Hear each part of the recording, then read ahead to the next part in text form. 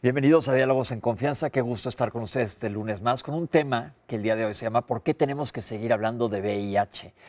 Quiero que ustedes reflexionen sobre esto que les estoy comentando. ¿Por qué tenemos que seguir hablando de VIH? Si bien es una de las áreas de la ciencia, específicamente en infectología, que se ha avanzado muchísimo, viendo en los últimos 30 años, pero se ha avanzado mucho en tratamiento, en pruebas diagnósticas. ¿Y qué hay de la prevención? ¿Qué tanta conciencia hay? ¿Se ha perdido un poco el miedo a la enfermedad? ¿Qué tanto sabemos? ¿Qué tanto sabe la población general? Entonces, el día de hoy vamos a estar platicando de VIH, cuáles son los avances, en dónde estamos, cómo está nuestro país comparado con otros países y cómo está el mundo en general. Pero antes que les presente a los especialistas del día de hoy, Oscar, ¿cómo estás? ¿Cómo te fue de viaje? Pues muy bien, contento la verdad de regresar, de estar una vez más aquí en Diálogos en Confianza y además con un tema como el que vamos a tratar el día de hoy, tan importante. Yo creo que siempre tenemos que estar al pendiente, mujeres, hombres, niños, niñas, adolescentes, en fin, toda la población. ¿Por qué?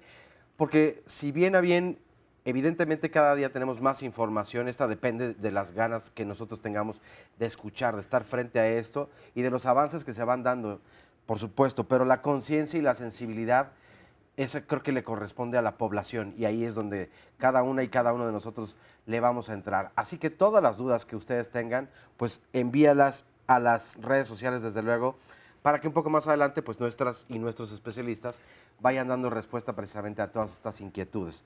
Recuerden que estamos en Twitter, estamos en Facebook tenemos la página del Facebook Live, también en internet para poder seguir el programa en vivo, la dirección es www.canal11.mx/diálogos. La línea telefónica, el número es el 5166-4000. Saludo con mucho gusto a nuestras amigas y compañeras Aistiel Caneda y Alía Vadillo. Ellas son las intérpretes en la lengua de señas mexicana. Le damos la bienvenida a todas las personas que hoy nos acompañan aquí en el estudio de Diálogos en Confianza. Y fíjate la importancia, vienen muchas jovencitas o jóvenes y la verdad es que siempre nos llena de mucho orgullo y de mucho gusto que nos acompañen aquí para que pues escuchen de primera voz, desde luego, toda esta información. Y desde luego, pues también saludamos con mucho gusto a quienes nos pueden seguir a través de la señal internacional del 11 y le damos la bienvenida a nuestros especialistas. Ahorita se los voy a presentar, pero antes vamos a ver esta cápsula introductoria para meternos de una vez de lleno al tema. Vamos a verla. Es una enfermedad de transmisión sexual. Ataca pues sociedades, ricos, pobres, de todo. Te va mandando poco a poco, es un tipo de cáncer. Y es una de las enfermedades más peligrosas actualmente para la humanidad. VIH es la sigla correspondiente al virus de la inmunodeficiencia humana, el cual es un retrovirus que infecta las células del sistema inmunitario y destruye o daña su funcionamiento. Una vez que el VIH se encuentra dentro de las células del cuerpo, las utiliza para replicarse sin causar molestias. A esta etapa se le llama asintomática. La infección por este virus provoca un deterioro progresivo del sistema inmunitario, lo que deriva en inmunodeficiencia. Gracias a la recopilación, análisis y divulgación de datos, los científicos han logrado comprender con detalle la epidemia de VIH, y esto ha contribuido a que en la mayoría de los países los programas de tratamiento lleguen a las personas adecuadas y en el sitio y momento adecuado. Sin embargo, el VIH y el SIDA no son temas de los que se hable, así que hay sectores de la población que no conocen los riesgos ni saben cómo protegerse de este virus. El resultado es que personas desinformadas están actuando y tomando decisiones basándose en mitos o información que no tiene veracidad. Por contacto sexual o por contacto directo de saliva con partes genitales, ¿no? Y si hay una úlcera o algo, carne viva, pues sangre, contactos fluidos vaginales o sangre, ¿no? Embarazo, aunque ahorita ya está de tal manera avanzado que ya no se le transmita al hijo. Vía sexual, jeringas en el caso de que una persona esté infectada y la uses al mismo tiempo. Transmisión sexual y, bueno, alguna transfusión sanguínea. Por transmisión sexual y por sangre. El virus del VIH se encuentra en la sangre, la leche materna y en los fluidos de los órganos sexuales como son el líquido preeyaculatorio, el semen y la secreción vaginal. Por lo tanto, las vías de transmisión son tres. La sexual, por contacto sexual no protegido protegido pene-ano, pene-vagina y pene-boca con una persona infectada de VIH. La vía sanguínea, por transfusiones de sangre o sus derivados que tienen el virus, trasplante de órganos con VIH y por compartir agujas en personas usuarias de drogas inyectables. Por último está la vía perinatal, es decir, una mujer embarazada infectada de VIH puede transmitir el virus al bebé en cualquier momento del embarazo. Ante este panorama, es importante conocer cuáles son las vías de transmisión para reducir el riesgo de infección por el VIH y aumentar la protección ante el mismo. Bueno, ahí lo tienen y les voy a presentar a nuestros especialistas. En primer lugar, la doctora María de la Luz Sevilla González. Bienvenida, doctora. Bienvenido, gracias. La doctora es investigadora y docente de la Escuela Superior de Medicina del Instituto Politécnico Nacional, maestra en Ciencias de la Salud y doctorado en Investigación en Medicina por el IPN. La doctora Andrea González Rodríguez, bienvenida. Directora del Centro para la Prevención y la Atención Integral de VIH-Sida de la Ciudad de México. El doctor Juan Sierra Madero, bienvenido, de regreso. Jefe de Departamento de Infectología del Instituto Nacional de Ciencias Médicas y Nutrición Salvador Subirán, de la Secretaría de Salud, y el doctor Florentino Badial, director de la Clínica Condesa Iztapalapa de la Ciudad de México. Bienvenidos, qué bueno que estén con nosotros una vez más. ¿Y qué opinan del título? ¿Por qué tenemos que seguir hablando de VIH? Quisiera ver qué opinan de que le hayamos decidido poner así al programa el día de hoy. Pues bueno, ciertamente es una infección que sigue presente en México y en muchos países del mundo. Hay cerca de 40 millones de personas viviendo con VIH. En nuestro país hay más de 200,000 personas viviendo con VIH y calculamos que entre una tercera parte o quizás más no conocen su diagnóstico. Entonces, esta es una de las razones por las que conviene seguir hablando, hacerse la prueba de diagnóstico. ¿Por qué creen que la gente no conoce su diagnóstico? ¿Qué pasa? ¿Dónde estamos fallando? ¿La sociedad médica, los medios? ¿Por qué sucede? O también yo siempre hablo aquí de la responsabilidad que tiene la sociedad civil de estar consciente de en dónde están. Yo entiendo que hablar de VIH es hablar de muchas aristas. Y muchas aristas donde se ha caminado mucho y otras donde a lo mejor hemos bajado la guardia. ¿Dónde hemos bajado la guardia? Ya no tenemos encuentros de VIH como antaño, donde íbamos a los estados de la República Mexicana, a Chiapas, a Oaxaca, a Puebla, y donde dábamos encuentro con sociedad civil, ONGs y directores de instituciones. En eso hemos bajado la guardia. Hemos bajado la guardia porque sigue habiendo desinformación, a pesar de que hay un avance enorme en tratamientos. Entonces yo creo que sí hay que nivelar aquellas cosas que dejamos de hacer y seguirlas haciendo. Ahora políticamente correctamente se dice áreas de oportunidad. Sí. Exacto. ¿Qué hay de la población general? Pues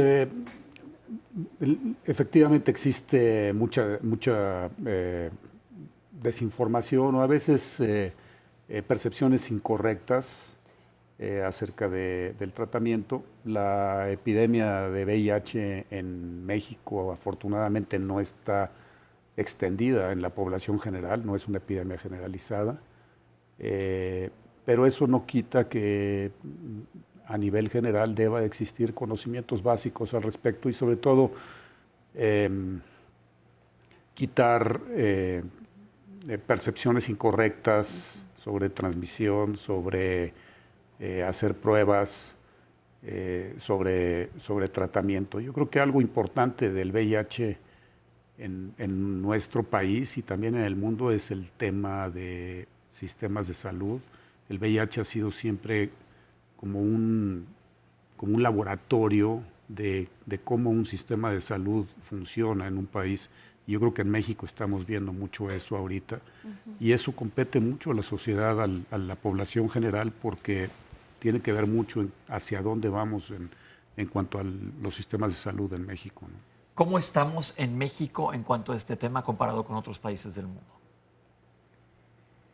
Bueno, creo que no hemos ganado todavía la batalla del estigma del VIH. Ese es un tema muy importante. Sigue siendo un problema para las personas que tienen VIH dar a conocer su diagnóstico en redes, en la escuela, en el trabajo, a veces incluso en la familia. No hemos ganado esa batalla. Y Creo que en la parte de sistemas, digamos, la ONUCID ha buscado un mecanismo para acabar con la epidemia que plantea como objetivo que el 90% de las personas con VIH estén diagnosticadas, el 90% esté en tratamiento y el 90% esté indetectable o en control virológico. Una persona en control virológico reduce muchísimo, prácticamente no se conocen situaciones de infección en una persona que está en control virológico, y sin embargo sigue siendo una persona con VIH una cuestión estigmatizada, una cuestión que asusta, una cuestión que se rechaza. Entonces sigue siendo un problema y creo que esa es la batalla que no hemos ganado. Esto del estigma es una cosa muy seria, pero hemos comentado otras veces que quisiéramos poder decir tiene VIH como decir tiene diabetes, porque a fin de cuentas es otra enfermedad, o tiene hepatitis. Es otra enfermedad que es tratable y se puede vivir con ella, como vamos a ver ahora, pero el objetivo, evidentemente, es reducir los casos que no existan. Tuvimos aquí en México la semana pasada la conferencia IAS, que bueno que sea en nuestro país este tipo de conferencias. ¿De qué se trató? ¿Qué hay nuevo? ¿Qué planteamientos hay para el futuro? Bueno, hay varios puntos de vista. La conferencia está dividida en temas de ciencia básica, ciencia clínica, o sea, nuevos tratamientos, abordajes novedosos en cuanto a estrategias. Hay una parte de prevención también importante y una parte social. Y cada una de esas tiene puntos interesantes. Desde el punto de vista clínico, que es la parte en donde yo he estado más involucrado, creo que hubo cosas interesantes, temas sobre nuevas estrategias de tratamiento,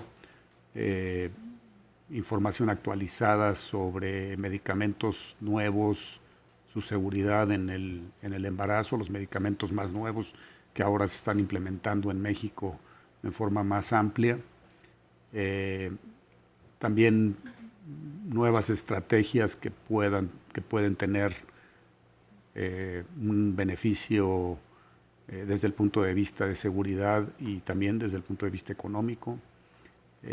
Y también pues el tema siempre ha sido un tema central y ahora se le está dando mucha importancia pues al tema económico, porque los gobiernos tienen un gran interés y la comunidad científica en que el tratamiento y el manejo a largo plazo de esto sea algo sostenible, sea algo que se pueda mantener a largo plazo, ya que ahora las personas con VIH pueden vivir más tiempo.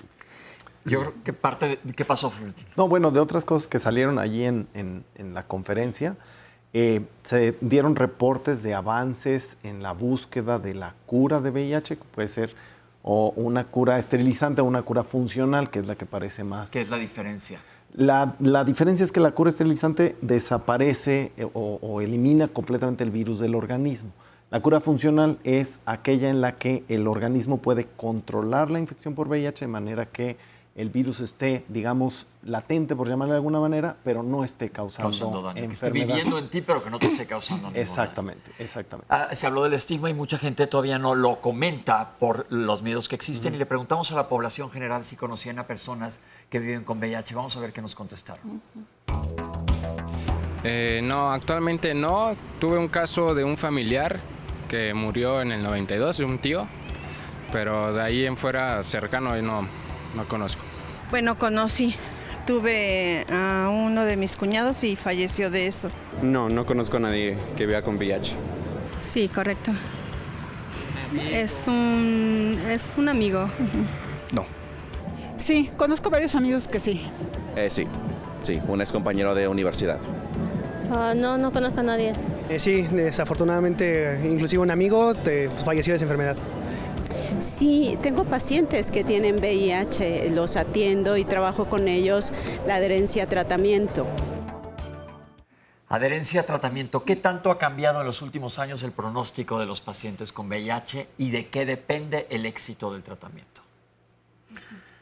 Pues el éxito del tratamiento depende de que la persona se tome adecuadamente sus medicamentos. Esa es la parte más importante. De ahí entran en juego pues múltiples factores desde temas psicológicos, temas de apreciación cognitiva, vulnerabilidad social, también sistemas de salud. Y la parte médica también tiene su importancia.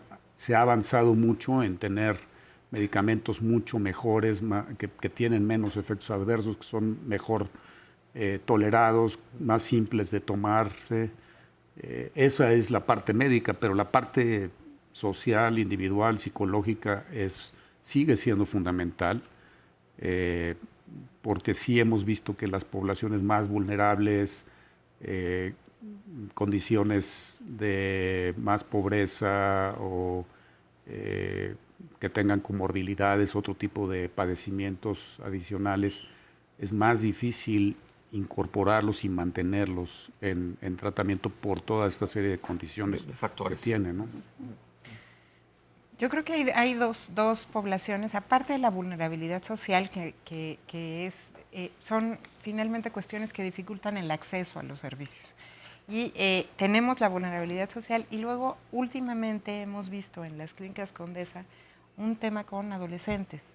Actualmente el mayor número de infecciones ocurre en personas muy jóvenes, adolescentes, entre los 15 y los 24 años, digamos, hombres y mujeres jóvenes o adolescentes. Y en el mundo, aún en los sistemas financiados, la mitad de los adolescentes pierden la adherencia y tienen mayor morbilidad y mayor mortalidad por SIDA. Perder la adherencia quiere decir que no están siguiendo el tratamiento adecuadamente. ¿Por qué esta población? Yo comenté al principio del programa que se ha perdido el miedo. Yo creo que más que eso, seguimos también sin lograr darle acceso a los servicios de salud a las personas adolescentes. Son una población invisible en general para la sociedad y sobre todo invisible para las políticas públicas. Entonces, creo que ese es un tema que en lo que viene para poder terminar con la epidemia, un elemento fundamental es el acceso a servicios de salud a la población adolescente. Hay otros temas que tienen que ver con eso. Embarazo adolescente, o sea, es decir... va muy pegado una cosa con otra. Una con la otra, y lo que no tenemos son programas de acceso a servicios en esta población. ¿Qué pasó? Alguien que hace un comentario y dice, a las nuevas generaciones no les ha causado el mismo impacto que nos causó en los 80. Desafortunadamente es una enfermedad llena de tabúes. En general somos una sociedad sin la cultura de la prevención. Yo he escuchado que algunas personas incluso hacen la comparación, no sé si esté bien o no, pero con el sismo del 85 y entonces el tema del VIH, que tuvo un impacto sí mucho mayor tal vez en la década de los 80 del siglo pasado, y entonces como no se vivió de la misma forma, entonces esta como alerta tal vez es como nuevamente el volver al a mí no me va a pasar, ¿no? Yo no tengo prácticas de riesgo, aunque a lo mejor sí. Comenzando por allí, yo creo que es desde la información, saber qué es una práctica de riesgo y evidentemente pues, que la vida sexual o erótica afectiva se vive a edades cada vez más tempranas también, ¿no? Pues también es un punto importante. Vamos a ver un testimonio de alguien que vive con VIH. Supe que era VIH positivo por mi embarazo, porque estaba embarazada y el doctor me mandó a hacer estudios de rutina. Obviamente te mandan la prueba con otros estudios, prueba de VIH, y ahí me di cuenta, bueno, la prueba salió positiva. Pues sentí que el mundo se me acababa. En primera sentí que me moría ya, o sea, de entrada.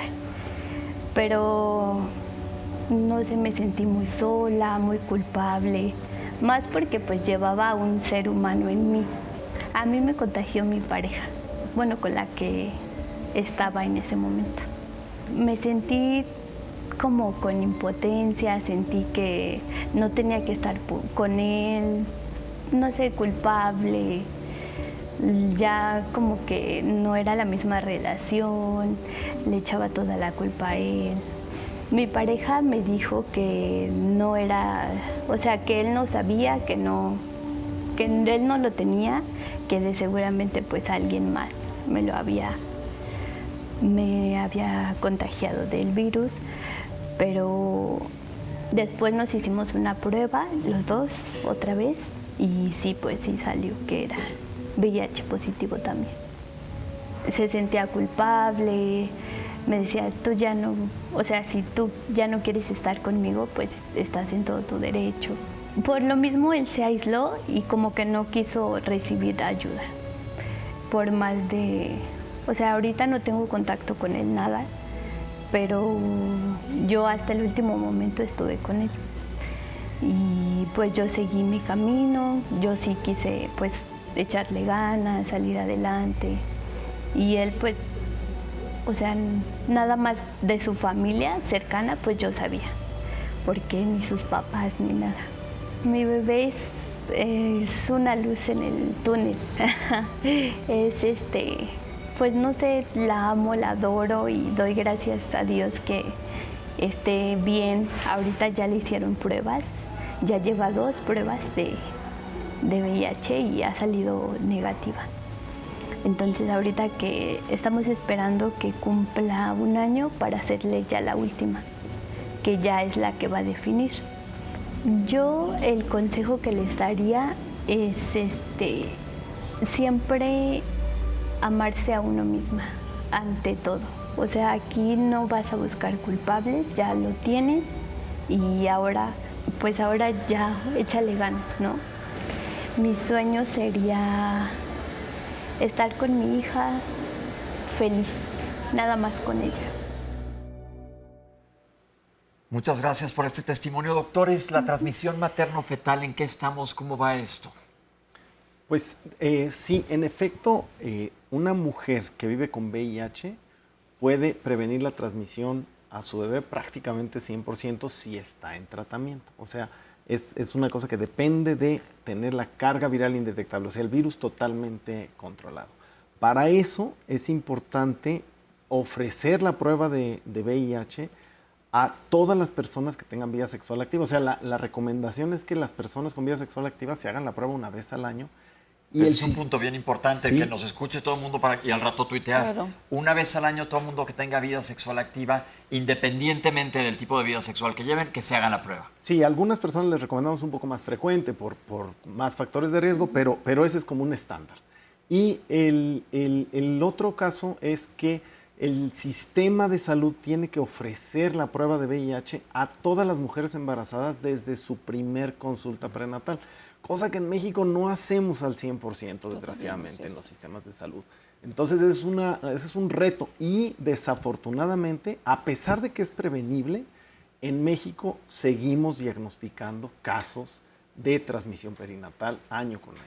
Las mujeres pueden solicitar esta prueba ellas como pacientes y decir, oigan, no me están pidiendo esto, yo quiero que me la hagan, y se hace en cualquier lugar. Así es, junto con la de sífilis. El mayor número de casos de transmisión perinatal se diagnostica tardíamente. Cerca del 70% se diagnostican los niños, o sea, 1 año, 2 años, 3 años posteriores al evento obstétrico, es decir, la mayoría se diagnostican, lo que quiere decir que nos faltan muchas pruebas. Y son las pruebas en mujeres embarazadas, son pruebas en mujeres. O sea, el tema, hay 2 epidemias. Una epidemia concentrada en algunas poblaciones que están más expuestas fundamentalmente porque ha habido pocas políticas de salud para reducir el número de infecciones, hombres que tienen sexo con hombres o mujeres transgénero. Y una epidemia, la epidemia heterosexual, que está muy cruzada por factores de inequidad de género, de violencia social, de pobreza, de falta de educación, de machismo, ¿no? Entonces, son 2 epidemias diferentes. Es más fácil, la epidemia que está cruzada por factores de riesgo implica quitar estigma, implica atender poblaciones que usualmente no se atienden, pero es una epidemia que es más fácil de reducir. Reducir la epidemia heterosexual implica cambiar el mundo. Pero eso es un tema bien interesante porque yo me acuerdo cuando yo era residente, cuando a toda la época terrible, y se debe seguir pasando, las mujeres decían, no, pues yo estoy con mi pareja, yo no tengo ningún riesgo. Entonces ni siquiera están conscientes de que pueden estar infectadas, que eso creo que es una cosa súper importante, por eso el punto aquí de que todo el mundo se cheque. Ahora, eso es en mujeres y poblaciones de riesgo, nada más podemos recordar cuáles son las poblaciones de riesgo. Yo diría que tenemos que volver a los inicios donde se empezaba a hablar de VIH. No olvidar que tenemos que una población vulnerable de los jóvenes que decían de 12 a 17 años, que están definiendo su sexualidad, ellos tienen un problema grave. ¿Por qué? Por el estigma, por la familia. Entonces tenemos que seguir trabajando con los jóvenes y darles información. Yo creo, y aprovechando que hay 3 autoridades importantes de institutos, tenemos que seguir trabajando en prevención para aquellos que no están contagiados. O sea, se ha trabajado mucho en torno a los tratamientos, al estigma, a la Clínica Condesa, a la Clínica Iztapalapa. Sí, pero ¿qué hay con los que apenas están definiendo su sexualidad? Aquí hay muchos jóvenes. Pero eso es bien importante y ese es el objetivo de nosotros en Diálogos en Confianza, es informar. Ya dijiste un punto muy importante, que todo el mundo se cheque. Pero luego, si le podemos decir al público cuáles son las poblaciones o factores de riesgo por poblaciones vulnerables, para que estén más conscientes y ahorita nos digan que las personas que están con estos factores de riesgo, cada cuándo se tienen que checar. En esta parte de las mujeres está el tema de las mujeres en edad reproductiva, o sea, en general, mujeres embarazadas, mujeres en lactancia. Durante la lactancia también se transmite el VIH y sí tenemos casos de personas que estaban negativas en el embarazo y hubo transmisión por lactancia materna.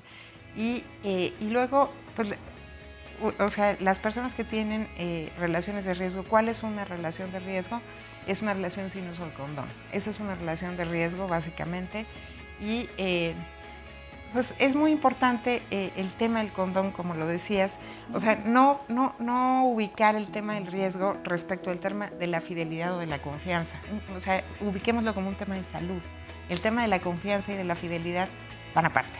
No, digamos. Vamos a hacer un corte y ahorita regresamos a hablar un poco más de las poblaciones en riesgo, pero lo que acaba de decir la doctora es clave. Vamos a quitarle todas las etiquetas y nos vamos a cuidarnos, a estar conscientes de nuestra salud y sabemos que pues todo el mundo está en riesgo, entonces todas las etiquetas y todos los adjetivos que le queramos poner van para afuera. Hoy aquí en el programa los invitamos a que todo el mundo vaya y se cheque. Así de fácil. Y esto que se lo digan a todo el mundo. Vamos a hacer un corte y ahorita regresamos con ustedes. Estamos hablando de VIH aquí en Diálogos en Confianza.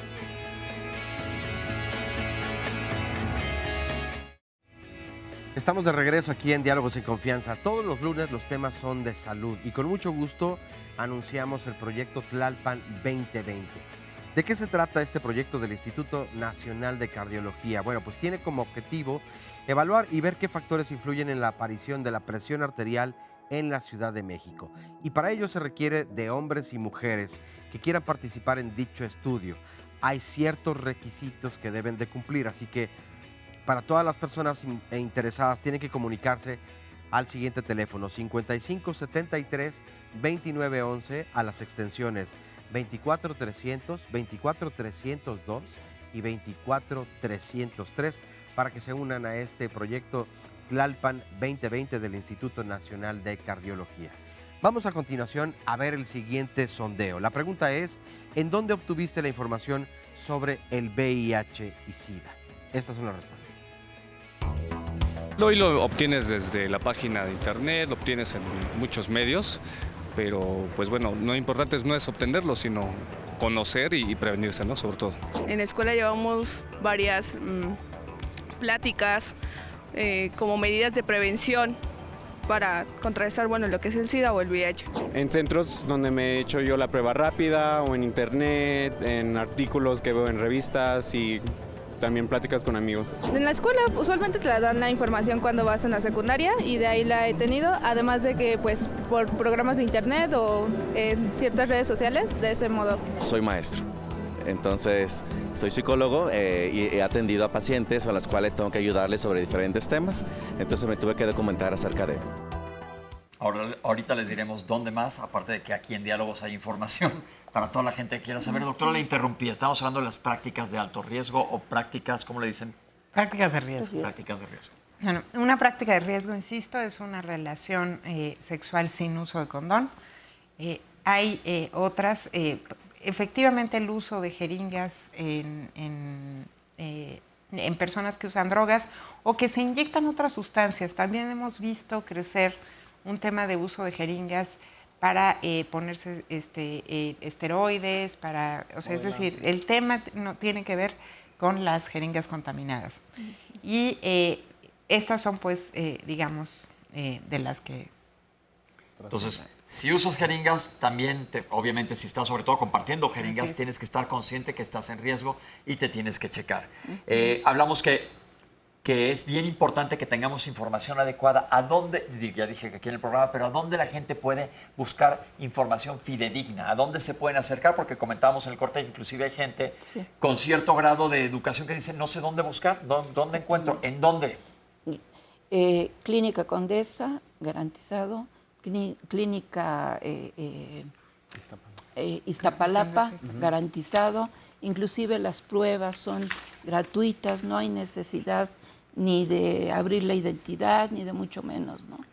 Se sigue conservando este anonimato en las pruebas. Por supuesto. Confidencialidad. Con confidencialidad. Porque eso es importante, hay que respetar lo que la gente no quiere que se sepa o tienen miedo. Exacto. Entonces eso es bien importante que se respete esa parte. Entonces ya dijimos dónde buscar información adecuada, porque yo creo que si vamos a transmitir información, tiene que ser información que sea veraz y la gente pueda confiar en lo que está viendo. Tenemos otro testimonio. Vamos a ver cómo se vive con VIH. Aquí lo tenemos. Tengo 50 años. Vengo viviendo con esta condición de vida de VIH hace 28 años.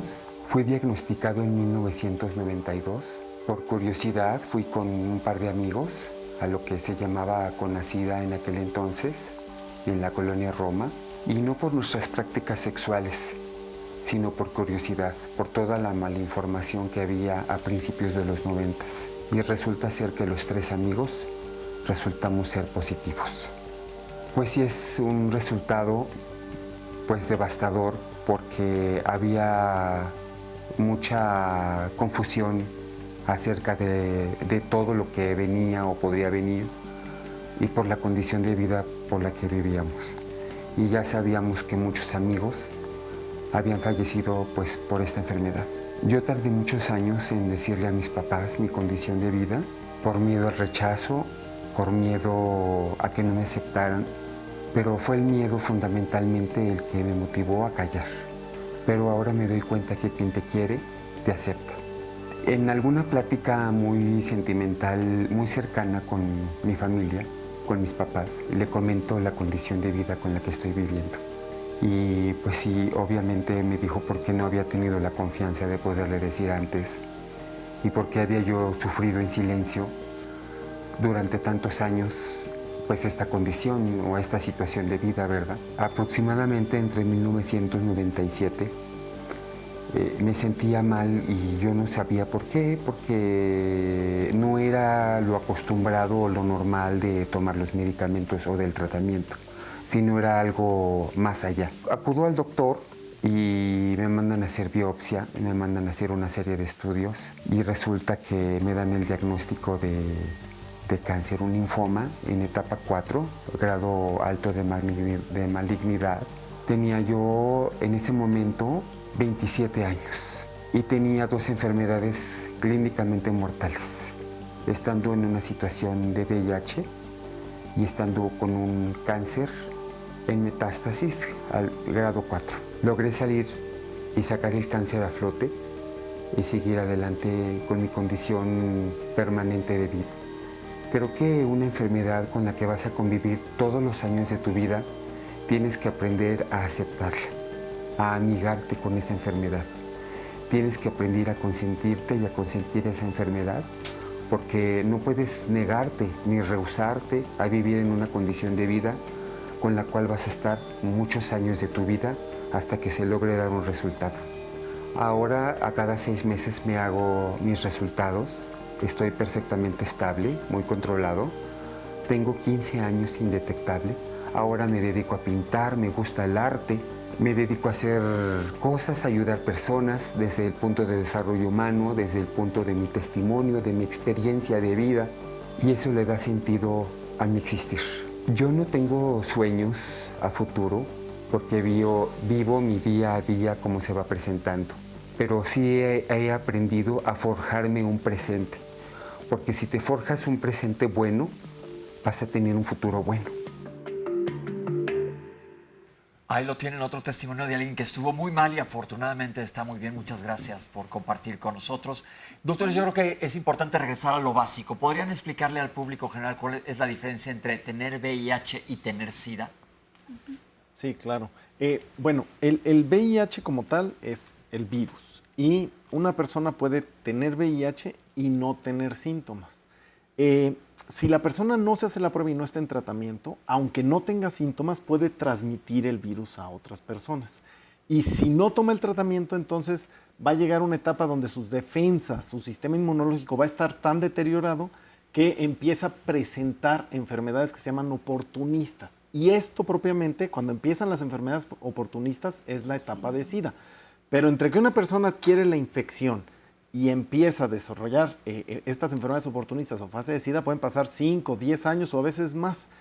En cambio, si una persona con VIH se diagnostica a tiempo e inicia su tratamiento a tiempo, de manera oportuna, antes de que se presenten las enfermedades infecciosas, no solo ya no va a transmitir el virus, como dijo la doctora Andrea, sino que además no va a desarrollar la etapa de SIDA.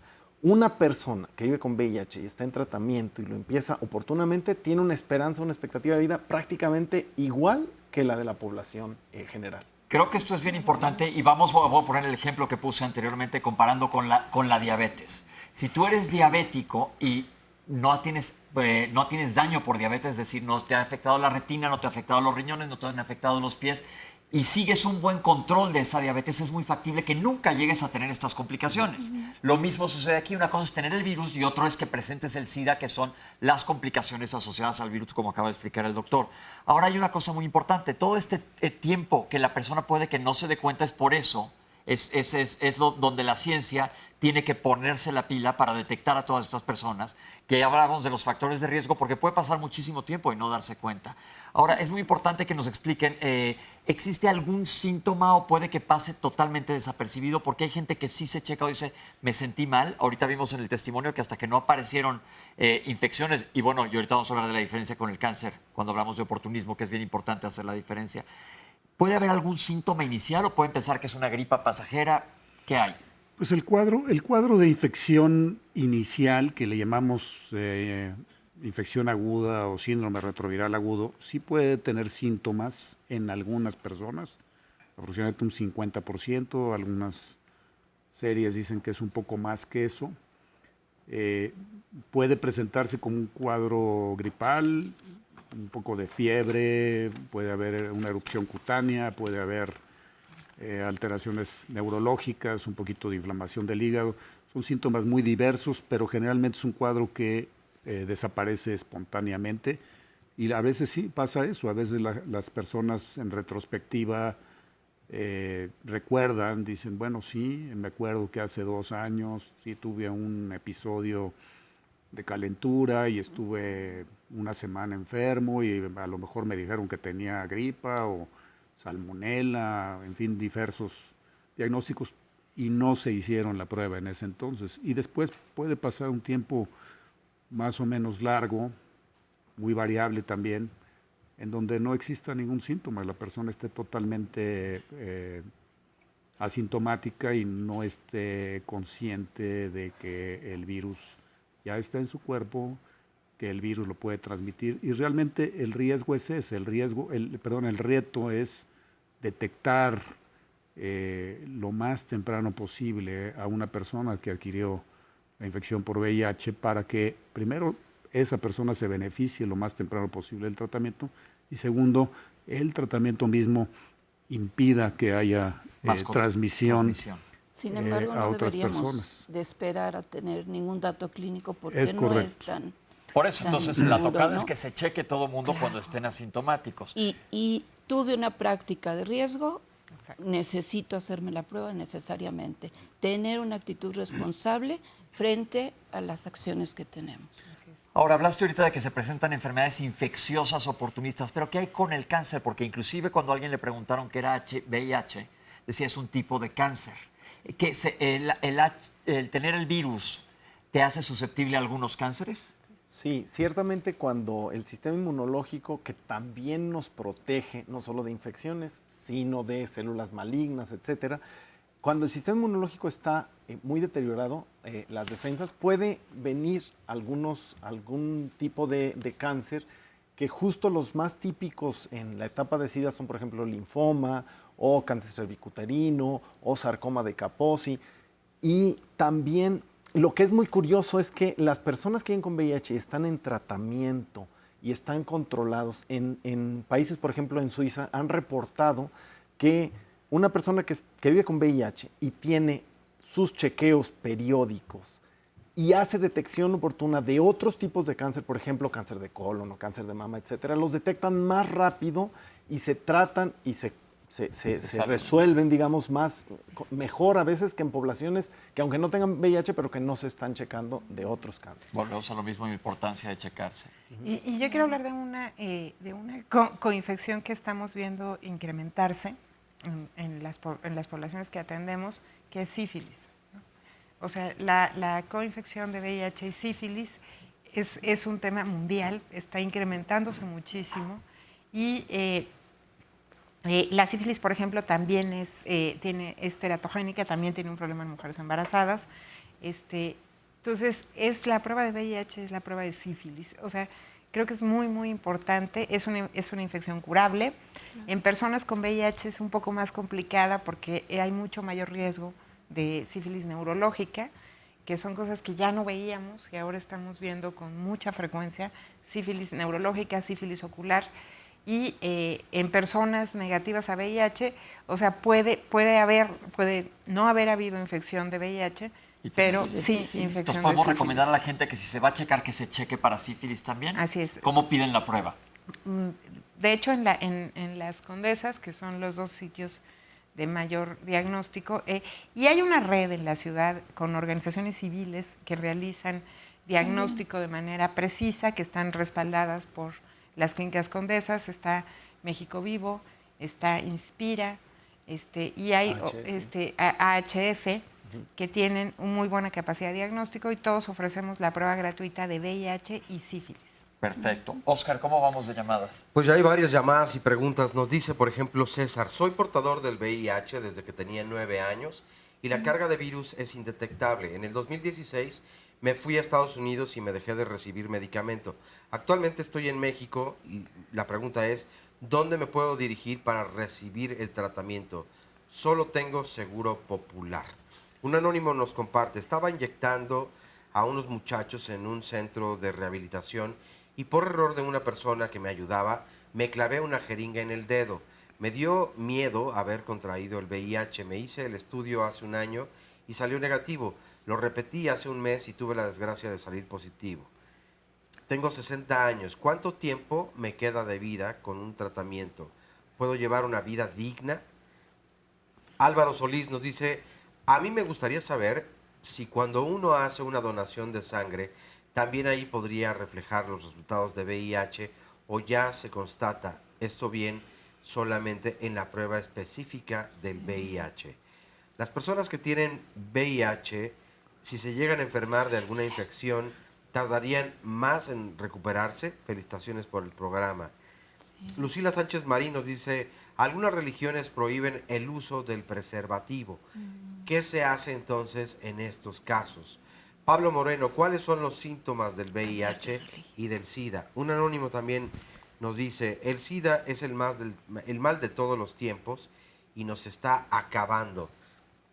Por otro lado, nos dice también Miguel Nicolás Cárdenas: dicha enfermedad debe ser súper considerada con más seriedad por los jóvenes que en ocasiones llevan a la ligera este tema. ¿Cómo conocer los riesgos?, nos pregunta Bela Genio Ortega. Alex, el scout: les comparto que en este caso, y cuando me pierdo el programa, los veo de noche o por Facebook para no perderme detalle alguno de esto. Pues esta es una gran recomendación. Si ustedes quieren recomendarle el programa a otras personas, pues pueden copiarles la liga para que entonces no se lo pierdan. Bella Shack nos dice: en la actualidad es un delito el que alguien contagie con VIH. ¿Qué tanto en lo legal se ha también hecho o logrado algún avance? ¿Cómo reaccionar o cómo reacciona el cuerpo de un diabético cuando adquiere el VIH o viceversa? Nos pregunta Hipólito Chong. La prueba, nos dice Fabi DZ, la prueba rápida de VIH que hacen en el IMSS sí es efectiva. Esa es la que hacen en la primer consulta prenatal. Esta otra pregunta es interesante y nos dice una persona, ¿cuál es la diferencia o el panorama de un recién nacido que se infecta a un bebé de 2 años que se infecta tiempo después? Para las personas que lo viven desde un principio, ¿hay un mejor panorama?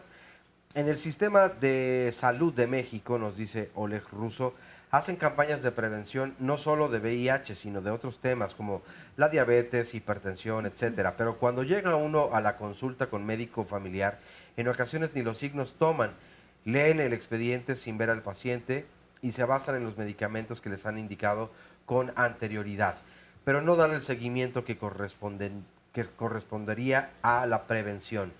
María Clara nos dice, qué bueno que retoman un tema tan importante. Una pregunta, ¿es verdad que en el sistema de salud se está promoviendo un nuevo medicamento que promete mucho para estos pacientes? Me gustaría saberlo.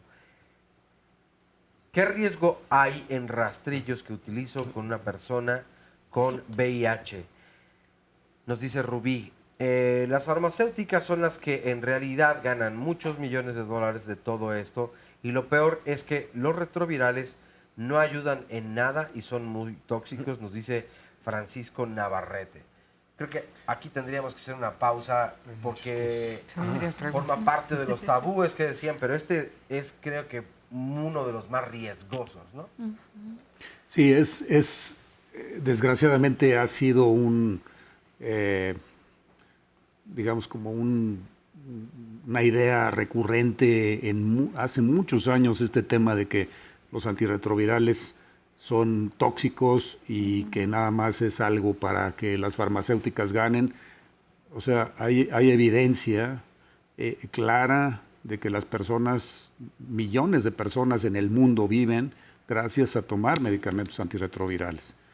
Y sí, han sido desarrolladas por empresas farmacéuticas, compañías privadas que ganan dinero de eso, mucho. Pero finalmente los medicamentos antirretrovirales salvan vidas. Hay millones de personas que viven gracias a eso. Es una idea muy peligrosa difundir que los medicamentos son tóxicos y no deban de usarse. Finalmente se ha mejorado muchísimo este tema de la toxicidad. Los medicamentos actuales son bastante bien tolerados, son medicamentos que están hechos para tomarse toda la vida, ¿no?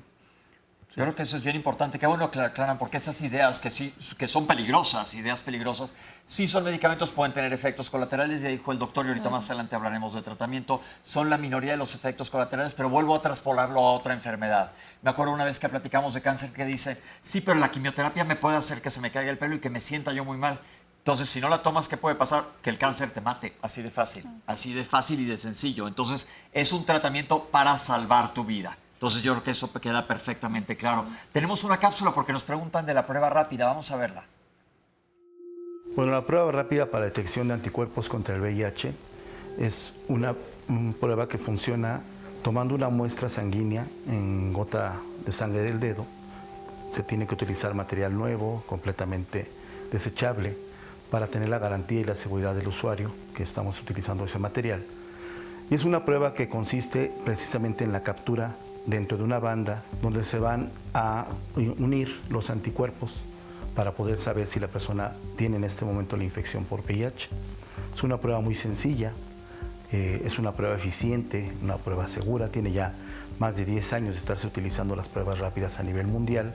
En México están evaluadas y validadas por la Secretaría de Salud, por el INDRE en el caso de las que tienen que tener un registro sanitario, al igual que por COFEPRIS, y de manera importante es impulsar el diagnóstico temprano y oportuno con este tipo de pruebas. Son pruebas muy prácticas, muy sencillas, se pueden utilizar. Nosotros somos pioneros en las actividades de diagnóstico en campo. Fuimos los primeros como organización civil en trabajar en estaciones del metro, diversos espacios de lugar de reunión de las poblaciones en las cuales van enfocados los diagnósticos temprano. Y trabajamos de manera importante promoviendo precisamente la prueba porque es una de las metas que tenemos dentro de lo que se llaman las metas del milenio y las metas también de ONUCIDA para el diagnóstico temprano y oportuno de todas las personas que hoy viven con VIH y se calcula que 1 de cada 3 personas que hoy vive con el virus no sabe que lo tiene. De ahí la importancia de promover que las personas acudan a hacerse esta prueba, que es una prueba muy sencilla, muy práctica y muy segura. Es importante también señalar que las pruebas tienen una sensibilidad y especificidad. Hasta el momento, en base a las evaluaciones que se hacen, no tenemos pruebas que sean 100% específicas, sensibles y específicas para VIH. Es decir, alcanzan un 98, 99, que es un nivel muy alto, muy bueno, tienen seguridad, tienen confiabilidad. Por eso también, dentro de la norma oficial mexicana, recomienda que se deben usar 2 pruebas, una que es para saber si tiene la infección y otra de una plataforma diferente, una marca distinta a la que ya hicimos, para con eso saber tener ya 2 pruebas confiables. En la Ciudad de México debe haber como unas 15 organizaciones que hacemos pruebas diagnósticas de infección por VIH. Está Capsida, está la Red Mexicana, está la Casa de la Sal, está la Fundación Mexicana de Lucha contra el SIDA, está Inspira, que son algunas de las organizaciones que yo recuerdo que están haciendo también pruebas de diagnóstico tanto de VIH. La ventaja que tienen con nosotros en Capsida es que nosotros tenemos un panel integral de diagnóstico. Nuestro modelo de trabajo está basado en brindar la mayor cantidad de servicios de diagnóstico al usuario en el momento que acude a hacerse la prueba. Reciben consejería individual personalizada por el panel de expertos que tenemos ya aquí trabajando en la organización, gente capacitada en consejería, y hacemos pruebas de VIH, sífilis, hepatitis B y hepatitis C, es decir, un panel integral de diagnóstico de estas infecciones que funcionan precisamente de la misma manera todas, son pruebas rápidas en gota de sangre y aproximadamente en 20 minutos después de la toma de la muestra estamos haciendo la entrega del resultado, ¿no? Ahí lo tienen, esa es la prueba rápida. ¿Algo que agregar, doctora? Bueno, allá actualmente efectivamente hay organizaciones civiles que hacen diagnóstico a nivel de todo el país. Es muy importante este diagnóstico.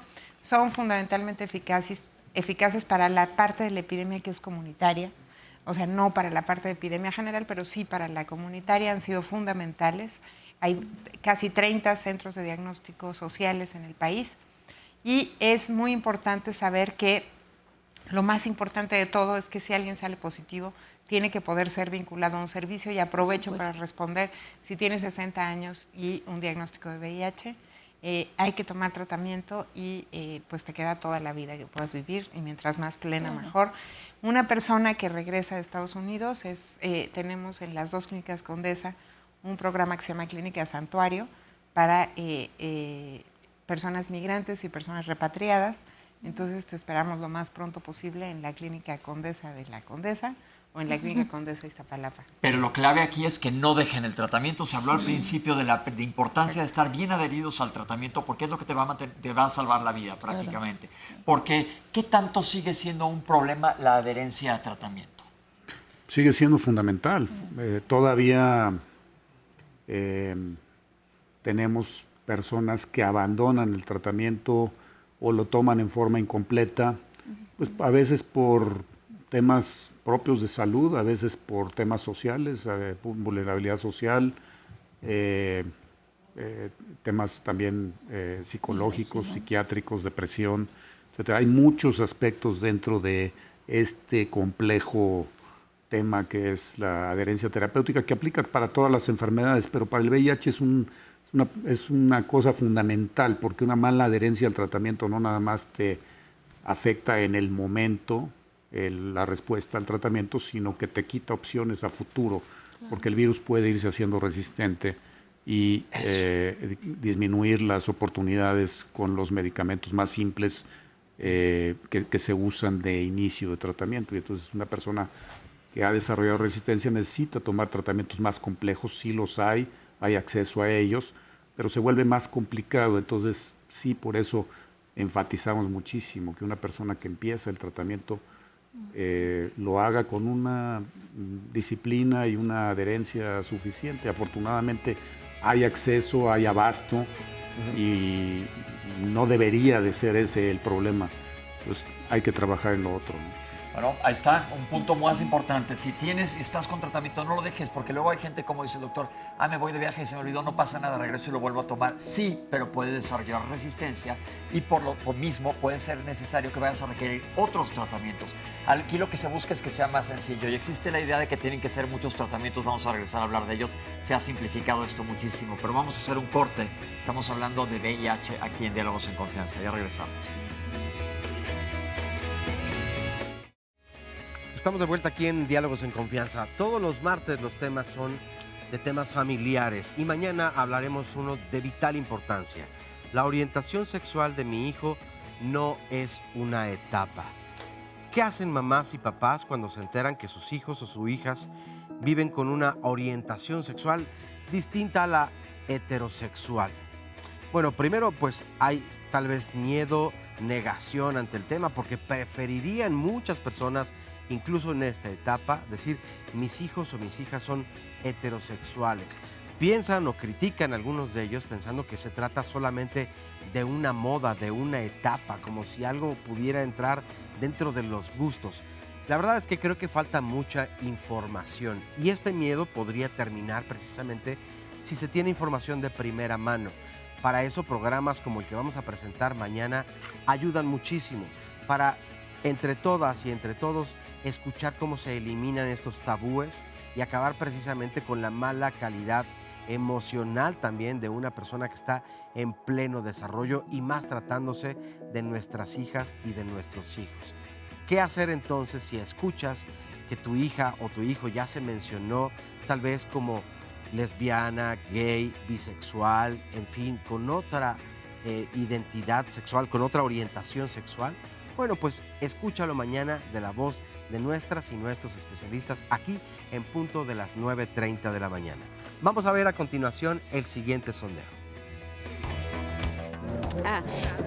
Obviamente las medidas tienen que ser tener sexo seguro, ¿no? Si vas a tener relaciones con alguien, debes aprender a conocerla, no puedes irte con cualquier persona que acabas de conocer. Bueno, en cada relación obviamente me protejo, ¿no? Incluso aunque sea casado, pero de esta manera me protejo y sobre todo al momento de transferir sangre, al donarla, también trato de que todos los cuidados sean al 100%, ¿no? Que estén esterilizadas las agujas y demás. Principalmente tengo una pareja estable y pues uso de condón es como que lo más seguro. Cuando tengo relaciones sexuales con personas que no conozco, o sea, como hookups, les pregunto si saben su estatus, cuándo se hicieron la prueba, igual yo les comparto mi estatus, y usar protección como condones a la hora de la penetración y sexo oral. Bueno, usar anticonceptivo como el uso del condón, ¿no? Que es por la vía que también se puede transmitir. Estoy con el público que nos quiere hacer unas preguntas. Vamos a escuchar testimonios. ¿Cómo te llamas? Me llamo Javier y vengo de la Universidad Tres Culturas. Mi pregunta es la siguiente. Siendo la primera víctima de VIH-Sida, en el 83 hasta el 86, cuando fue la epidemia en México, en ese entonces, ¿fue eficaz la actuación del IMSS en ese momento? Y además de esto, con lo aprendido de este 86 fatídico, ¿qué ha cambiado en el tratamiento para las epidemias? Doctores, si nos quieren contestar. Bueno, la verdad es que no había tratamiento. O sea, en los 80s, en el 83, un diagnóstico de VIH era una condena de muerte. Entonces, y esto se mantuvo hasta 1997, que empezó a haber terapias triples que cambiaron la perspectiva y la expectativa de vida. Y yo diría que falló México en el 97, nos tardamos 5 años en que hubiera tratamiento antirretroviral para todas las personas con VIH. Había para personas con seguridad social, que eran el 30% más o menos, pero y hay países similares a nosotros como Brasil, que inició tratamiento en el 97. Creo que falló México en general en esos años.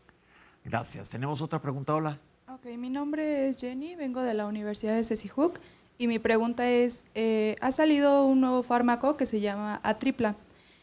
¿Qué tan eficaz es y qué tan al alcance de las personas? Porque por lo que tenía entendido está al alcance pero en los hospitales públicos. Entonces, afuera o conseguirlo por fuera es demasiado caro. ¿Qué tan eficaz es? Este medicamento ha sido el medicamento más utilizado para iniciar tratamiento en México y en muchas partes del mundo desde hace más de una década. Es un medicamento muy eficaz y que se ha llegado a utilizar por millones de personas en el mundo. No diría yo que es el medicamento más nuevo. Actualmente hay un grupo de medicamentos que se llaman inhibidores de integrasa, que están cambiando un poquito la forma en que tratamos a las personas. Ya no se usa este medicamento que usted menciona tan frecuente, sobre todo para inicio de tratamiento. Y todos los medicamentos en las mejores opciones, en las mejores opciones de tratamiento,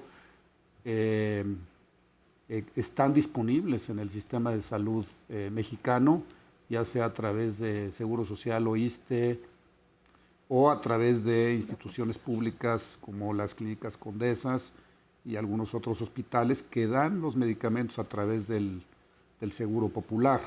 Efectivamente, una persona tiene que acudir a estas instituciones para recibirlos sin costo.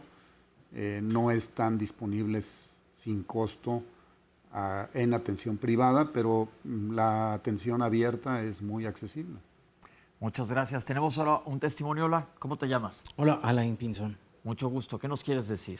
Soy VIH positivo desde hace 9 años y yo creo que es como bien importante que todas las personas VIH positivas allá afuera nos nombremos, nos visibilicemos y estemos como bien conscientes de que tenemos que seguir nuestro tratamiento, nuestras consultas, nuestras citas, pero también tener en cuenta que tenemos la misma valía y que esta enfermedad que es crónica, pues no nos quita nada, en realidad. Somos personas con los mismos sueños, con los mismos anhelos y tenemos que seguir de alguna manera, tenemos que caminar, ¿sí? O sea, esto no nos debe de parar de ninguna manera, tenemos que buscar toda la ayuda posible y quiéranse mucho. ¿Qué tan bueno eres para pegarte al tratamiento? ¿Estás bien consciente de esto que lo comentamos ahora? Sí, bueno, yo al principio tuve, no fui como tan bueno en la adherencia. De hecho, estuve hospitalizado en 2015 y en un coma inducido por 3 meses. Entonces, después de eso fue cuando ya decidí apegarme adecuadamente al tratamiento. Dime una cosa, ¿por qué crees que tenemos que seguir hablando de VIH? Porque si no visibilizamos lo que nos pasa, si no decimos quiénes somos, me parece que no existimos. Y aquí estamos. Y entonces esto parece que no existe o esto parece que no tiene la importancia que tendría que tener, ¿no? Y está muy bien lo de las conferencias y está muy bien lo de los nuevos medicamentos, pero me parece que el enfoque tiene que ser muchísimo más personal. Tenemos que tener salud mental, tenemos que atendernos en todas las maneras posibles y tenemos también que seguir con nuestras vidas, pero también para eso necesitamos oportunidades. Necesitamos que las empresas dejen de pedir pruebas rápidas o pruebas de sangre. Necesitamos que también nos dejen nuestros jefes o jefas o en nuestras empresas. Necesitamos que nos dejen salir a nuestras citas. Necesitamos también que de alguna manera esta flexibilidad para que nosotros podamos seguir con esta adherencia. Perfecto, muchísimas gracias por tu testimonio. Vamos a ver qué es la prueba confirmatoria. Primero hay que decir que todas las personas que quisieran hacerse una prueba de escrutinio para VIH tendrían que ir a un laboratorio a hacerse una ELISA de 4ª generación, o bien una prueba rápida. Si esta saliera positiva, entonces habría que hacer otra de esas, sobre todo si te la haces una prueba rápida, porque la prueba rápida siempre requiere de una segunda prueba. ¿Por qué digo de 4ª generación? Porque de 4ª generación lo que tiene añadido es que tiene la medición de un antígeno que se llama P24. que es de los que más temprano se libera, en los primeros semanas de haberte infectado. Entonces, esto que llamaban, que mucha gente conocía en los 80s y 90s como periodo de ventana, lo acorta. Entonces, hace que más rápido captes las infecciones, aunque sean muy tempranas. Vamos a suponer que las pruebas confirmatorias quiere decir hacerle una segunda prueba, sobre todo si haces una prueba rápida. Después de eso, tradicionalmente, la prueba que tradicionalmente se conocía como confirmatoria era el Western blot. Sin embargo, el Western blot es una prueba bastante elaborada hacerla y que normalmente ahora lo que hacemos o la tendencia es a no hacerla porque es bastante cara, sino a irnos directamente a la carga viral. Esa también podría ser una confirmatoria, o sea, medir la presencia del virus en la sangre. ¿Por qué se hace primero una y luego la otra? Tiene un orden las cosas. ¿Por qué? Porque las pruebas de escrutinio son muy sensibles, ¿no? Lo que quiere decir es que capta a todos los que verdaderamente están infectados, pero a veces puede dar falsos positivos. Hay ciertas condiciones clínicas que te pueden dar falsos positivos. Entonces, normalmente, si tú estás con un paciente que tiene síntomas o eventos definitorios de SIDA en el hospital y que llegan aquí y tú le haces un ELISA positivo, no tendrías por qué esperar a una prueba confirmatoria para decidir tratarlo clínicamente. Ahí lo tienen, pero tenemos otro testimonio anónimo. Hola, ¿cómo estás? Hola, hola. ¿Qué nos quieres Buenos decir? días. Pues yo les quiero contar un poquito de mi experiencia, de cómo me enteré que era VIH positiva. Lamentablemente yo no llegué a la Condesa o a una institución especializada, me atendían en la Seguridad Social, pero a mí me atendían de otra cosa. Yo llegué porque tenía un diagnóstico de una displasia grado 3, que después pasó a grado 4. ¿Displasia en dónde? En la matriz. Déjenme decirles para que el público nos entienda qué es esto. Displasia quiere decir que tus células se están transformando, van rumbo a una transformación potencialmente maligna. Entonces ya tenían en cervicuterino, en un Papa Nicolau. Sí, cervicuterino. En un Papa Nicolau, ok. Pero les estoy hablando que esa displasia apareció desde el 2006. Ajá. Y tengo de diagnóstico de VIH apenas 3 años. Ok. Me atendí cada año, me atendí de todo lo que me dijeron los ginecólogos que yo me hiciera. Jamás me ofrecieron hacerme una prueba de VIH. Y bueno, hace 3 años empecé a empeorar. Llegué un día y me dijeron, te tenemos que hacer biopsias, porque posiblemente ya tengas cáncer. Y pues yo me asusté muchísimo. Y finalmente... Pero un segundito porque se nos fue el micro. Nada más quiero comentarles una cosa. Ella estaba en tratamiento para displasia de cáncer cervicuterino, es decir, en escrutinio de cáncer cervicuterino. ¿Qué quiere decir esto? Le hicieron un Papa Nicolau, salieron células alteradas, entonces le estaban dando un seguimiento. Algo que comentó el doctor, el cáncer cervicuterino puede estar asociado a VIH, pero también el cáncer cervicuterino, y ya hicimos un programa, es bien importante que lo sepan, no necesariamente tiene que estar ligado a esta enfermedad, sino que es un diagnóstico muy, muy común en la población general. Ahora sí seguimos. Sí, perdón. Y bueno, pues empecé tratamiento, me hicieron varios tratamientos, jamás me ofrecieron la prueba y me hacía un tratamiento y me decían, ya con esto vas a estar bien. Y resultaba que yo llegaba 2 o 3 meses después y empeoraba y empeoraba.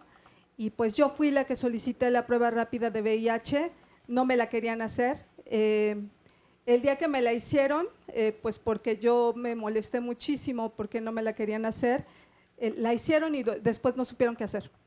Ya no supieron qué decirme, a dónde remitirme, y fue muy complicado llegar a que me dieran atención. A veces, vaya, no es que uno no tenga información, pero en este caso yo nunca pensé que esta situación estuviera asociada al VIH, pero pues yo veía que no mejoraba. Entonces, ha sido un camino largo porque finalmente dejé de atenderme en el ISSSTE con el ginecólogo. Yo me acerqué a Casa de la Sal, a apoyo psicológico cuando supe de mi diagnóstico. En Casa de la Sal, afortunadamente me remitieron a la Condesa para que me atendiera un ginecólogo de la Condesa, pues mucho más sensible a la situación que yo estaba viviendo. porque de verdad en el ISSSTE jamás supieron qué hacer conmigo. Muchas ¿no? gracias. Entonces es muy triste que lleguemos a esas situaciones cuando no tenemos el acceso por sistema, porque fue lo que me dijeron, que yo por sistema no podía atenderme en la Condesa, y que tardemos tanto en recibir tratamiento. ¿Esto se ha solucionado? ¿Cómo está ahora el acceso a pruebas en general? Esto está así, o sea, y es muy común, es muy frecuente que casi una negativa hacerle las pruebas, especialmente a las mujeres, que es estigmatizar la prueba también. Y el tema de las instituciones también es un problema que dificulta el acceso. Es una de las razones más importantes de pérdida de seguimiento, que no se puede atender a las personas con IMSS en otro lugar. Luego tienes población como los estudiantes que pierden y la seguridad social la adquieren constantemente. Claro. Pero esto es así, efectivamente. Sí, fíjate, Pepe, que en México, 1 de cada 5 personas que vive con VIH es mujer. Y en estados como Chiapas y Oaxaca, 1 de cada 3 personas es mujer. Y entre el 70 y el 80% de las mujeres que viven con VIH tienen una sola pareja sexual, que es su esposo, su compañero de vida. O sea, tienen muy poca conciencia de que están en riesgo de adquirir el VIH. Por eso la importancia de ofrecer la prueba de VIH a las mujeres que tienen vida sexual activa. Eso es lo que estamos comentando aquí, pero vemos que gente se enfrenta a este tipo de problemas. ¿Cómo podemos ayudar a solucionar eso?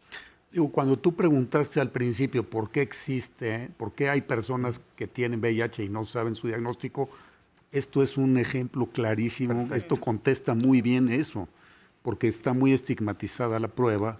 Tenemos todavía en muchos hospitales de nuestro sistema de salud un bloqueo para implementar en forma generalizada las pruebas de VIH. Cuando una persona se hospitaliza o se va a atender a un consultorio del IMSS o del ISSSTE o de la Secretaría de Salud, le hacen una prueba de diabetes, le hacen una prueba de colesterol y no le ofrecen una prueba de VIH porque está estigmatizada, y nosotros mismos también como sistema de salud lo hemos hecho. La norma oficial mexicana todavía pide una firma de un consentimiento informado, algo que no se pide para otro tipo de pruebas. Y claro, existe también una discriminación alrededor de la prueba en centros de trabajo, en empresas, en escuelas, lo hemos visto recientemente, se pide la prueba como requisito de ingreso. Eso se debe de evitar, obviamente, pero también se debe de quitar esos requisitos tan grandes, ¿no? De hecho, se acaba de quitar como requisito para entrar a trabajar al IMSS. Se qué acaba bueno. de quitar Qué hace bueno. un mes. Qué bueno. O sea, hace un mes. Hasta hace poco se hacía. Y en este caso es muy importante decir que además las displasias cervicouterinas son más comunes en mujeres con VIH y sobre todo evolucionan mucho más rápido. Entonces debería ser un servicio que tuviera, digamos, la frecuencia y la constancia en la oferta de las pruebas de VIH en mujeres. Una diferencia en una epidemia concentrada y esta epidemia que aunque sea más pequeña, en el caso del centro del país, porque en el sureste efectivamente no es tan pequeña, es que este trabajo comunitario funciona muy bien en la parte de la epidemia concentrada, pero en la epidemia de mujeres hay que hacer la prueba a todas las mujeres y a todas las mujeres cada año. O sea, no hay manera, no hay una organización comunitaria. O sea, es decir, lo que tienen en común es una infección que generalmente viene de su pareja estable, pero no algo que las una comunitariamente. Perfecto, Oscar. Pues mira, hay varias llamadas y comentarios. Nos dice, por ejemplo, por un lado, Servando, ¿qué tan seguros son los medicamentos que fueron cambiados? Me refiero a los que eran de patente y ahora son genéricos. Incubus nos dice, dentro de la comunidad swinger parece que se ha olvidado que existe el VIH. Muchas parejas que insisten en sexo sin condón y los singles que se prestan a ello exponen su salud, desde luego, y su vida. Por otro lado, nos dice esta persona, en el centro especializado para pacientes con VIH-Sida de mi ciudad, había buscado en internet, pero preferí hablar directo con los expertos. Me atendió la psicóloga y los médicos y todavía no actualiza un poco más de esta información, pero seguramente nos lo va a comentar un poco más adelante. Hola, yo tomo un medicamento y no había tenido ningún problema hasta el día de hoy, que sentí confusión y pensamiento que fluctuaba entre la realidad y el sueño. Además de sentir una muy extraña mi mente. Nunca me había pasado y conozco que Efavirenz, exacto, tiene mucho que ver en esto. El que toma es Atripla. Diana nos dice, a través de pláticas organizadas en la prepa donde estudiaba en el 89, con sesgos y muy serias imprecisiones, comencé a comprender y a saber de qué se trata esta enfermedad. El riesgo de contagio del VIH hoy por hoy se encuentra más latente entre las amas de casa que en las personas que ejercen el sexo servicio o las comunidades liberales en sus diferentes denominaciones. Esto por la infidelidad y la desinformación del marido, opina una persona. Yo igualmente consumo Atripla, nos dice otra persona. Hay veces que de repente tengo ganas de llorar e inmediatamente después no. Sospecho que son gajes de nuestra prescripción. ¿Qué tanto el medicamento puede provocar estos cambios en la parte emocional? Enrique González nos dice, leyeron un mensaje de un señor que dice que los antirretrovirales no sirven y causan destrucción. Quiero decir que soy un paciente que vive con VIH y gracias a los antirretrovirales precisamente es que estoy vivo. Muchas gracias por compartirlo. María Isabel nos dice, mi esposo tiene VIH. Varias veces ha estado enfermo. Desde hace un año dejó de tomar antirretrovirales. Se puso a investigar en internet y toma bicarbonato. Dice que es para cambiar el pH de su cuerpo y así matar el virus. Ha perdido mucho peso, no sé cómo ayudarle para quitarle esa información de la cabeza. ¿Qué me pueden recomendar los especialistas? Circe Segura nos dice, vivo en San Luis Potosí y me gustaría saber si conocen alguna clínica en este estado en la que me puedan hacer la prueba del VIH. Lucila Sánchez Marín, antes me hacía la prueba cada 6 meses en el sector salud. Ahora solo se las hacen a las embarazadas. Actualmente tengo 60 años y creo que eso no está bien. Norma Méndez Olivares nos pregunta, ¿qué riesgo existe de contraer el virus del VIH con la acupuntura? María Vega, tengo un hijo de 33 años que tiene VIH. Hace 2 años que se lo detectaron y está en tratamiento, pero hay momentos en que entra en depresión. Me lo ha dicho, pero no quieren llevar pláticas con un psicólogo. ¿Qué le recomiendan? Siente mucho temor, pues lo atienden en la clínica Condesa. Cuenta con Seguro Popular, pero ya va a vencer. Acaba de entrar a trabajar donde lo aseguraron, pero teme perder su renovación del Seguro Popular. ¿Cómo lo podrán atender en clínicas del Seguro de la Ciudad de México más lejanas? Dice que no los atienden bien ahí y habría que batallar mucho también para poder abrir otro expediente en clínicas más lejanas y para la obtención de sus medicamentos. De igual manera, entonces, ¿cómo podría hacer para que se resuelva esta situación? Un anónimo nos pregunta, ¿el medicamento Serendip es para el VIH? Mi jefe se inyecta ese medicamento en la oficina muy seguido y las jeringas en la basura. Nuestra amiga del aseo se pinchó el dedo con una de ellas y tenemos la duda de si podría o no contagiarse precisamente de algo así. Jessica Flores nos dice una pregunta, ¿los contagios aumentan por la desinformación, es decir, por la ignorancia o por el aumento de la población? ¿Podrían hablar un poco más, nos pide Tali Rodríguez, acerca de la lactancia materna y el VIH? Y finalmente, otra pregunta es, ¿cuánto y cómo vive un paciente que decide no tomar el tratamiento? Y esta llamada que nos compartía la esposa, creo que pues válidamente muy preocupada precisamente porque interrumpió el tratamiento. Y un último comentario es, ¿qué tan importante es que el tratamiento sea integral? Es decir, la atención psicológica, emocional de un o una paciente que vive con el VIH y el asistir tal vez a un grupo donde pues puedan justamente compartirse toda esta información. Yo recuerdo haber visto ya hace muchos años una película musical que habla precisamente de distintos casos de contagio del VIH que se llama Rent. entre otros muchos temas que trata la película, pero asistían a un grupo donde cada quien contaba precisamente su experiencia, y aunque fueran de la misma comunidad o no, es decir, bueno, si eran heterosexuales, bisexuales, homosexuales, cada quien lo compartía y se iban sensibilizando y dando cuenta de muchas cosas. Porque este otro tipo de cuestionamientos donde el medicamento ahora a mí me afecta diferente, ahora estoy teniendo visiones, también lo van compartiendo, y creo que estas dudas se exponen y se... Yo creo que recuerden que todas las preguntas las vamos a contestar en el último bloque del programa. Los doctores nos los van a hacer el favor de contestar, pero es bien importante que empecemos a hablar de tratamiento. Y sí, todo el medicamento que tomes, si yo me tomo un medicamento para el dolor de cabeza, puedo tener un efecto colateral, es real. Pero empecemos, antes de irnos a corte, hablando de tratamiento. ¿En qué estamos en tratamiento? Pues como mencionaba hace un momento, el tratamiento antirretroviral sigue siendo